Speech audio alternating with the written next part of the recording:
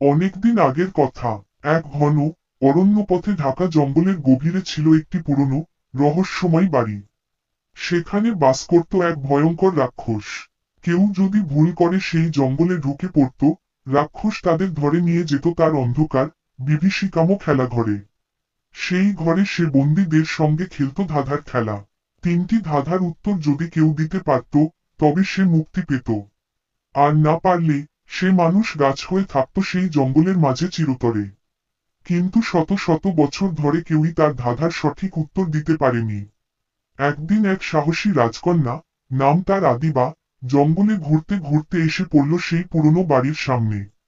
কৌতূহলী হয়ে সে দরজার ভিতরে ঢুকে পড়ল। হঠাৎ তার সামনে এসে দাঁড়ালো বিশাল এক রাক্ষস। অবশেষে আবার কেউ এলো। তুমি এখন আমার ধাঁধার খেলায় বন্দী। তিনটি ধাঁধার উত্তর দিতে পারলে মুক্তি পাবে, আর না পারলে চিরদিনের মতো একটি গাছে পরিণত হবে। আমি রাজকন্যা আদিবা, তোমার ধাঁধার উত্তর দেব। চেষ্টা করব আমার সর্বোচ্চ। বলো তোমার প্রথম ধাঁধা। শোনো, আমার প্রথম ধাঁধা। যা ভাঙলে শব্দ হয়, ধরতে পারো না, তবুও থাকে সাথে। বলো তো এটা কি? এর উত্তর হল আওয়াজ। সঠিক। বহু বছর পর কেউ প্রথম ধাঁধার উত্তর দিল। এবার শোনো দ্বিতীয় ধাঁধা। দিনের শেষে আসে, রাতে শুভতে যায়, আলো ছাড়া তার অস্তিত্ব নাই। বলো কি? এ তো সহজ। উত্তর হল ছায়া। আশ্চর্য, আবারও সঠিক উত্তর। তবে এবার তৃতীয় ও সবচেয়ে কঠিন ধাঁধা, যা কেউ কখনো পারেনি।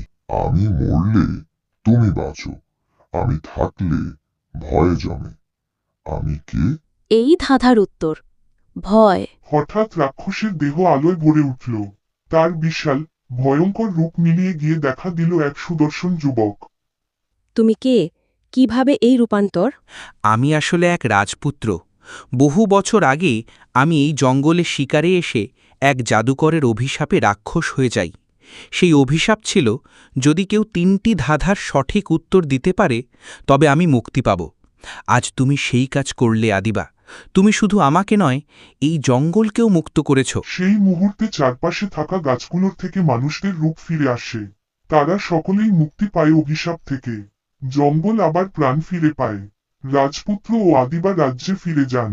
রাজ্যে আনন্দের উৎসব শুরু হয়। রাজকন্যার বুদ্ধি ও সাহসের গাথা ছড়িয়ে পড়ে চারদিকে।